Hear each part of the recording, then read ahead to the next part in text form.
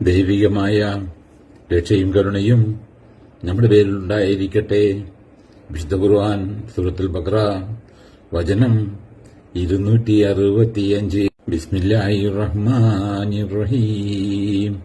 വമസലുൽ ലദീന യുൻഫിഖൂന അംവാലുഹും ഇബ്തിഗാഅ അമറല്ലാത്തില്ലാഹി വതസ്ബീതൻ മിൻ അൻഫുസിഹിം കമസലി ജന്നത്തിൻ ബിറബുവതി അസാബഹാ വാഹിലുൻ ഫഹാദത് ഉഖ്ലഹാ സിഹ്ഫൈനി വഇൻ ലം യുസ്ബിഹാ വാഹിലുൻ ഫതൽ വല്ലാഹു ബിമാ തഅമലൂന ബസീർ. അല്ലാഹുവിന്റെ പ്രീതി തേടിക്കൊണ്ടും തങ്ങളുടെ മനസ്സുകളിൽ സത്യവിശ്വാസം ഉറപ്പിച്ചുകൊണ്ടും ധനം ചെലവഴിക്കുന്നവരെ ഉപമിക്കാവുന്നത് ഒരു ഉയർന്ന സ്ഥലത്ത് സ്ഥിതി ചെയ്യുന്ന തോട്ടത്തോടാകുന്നു.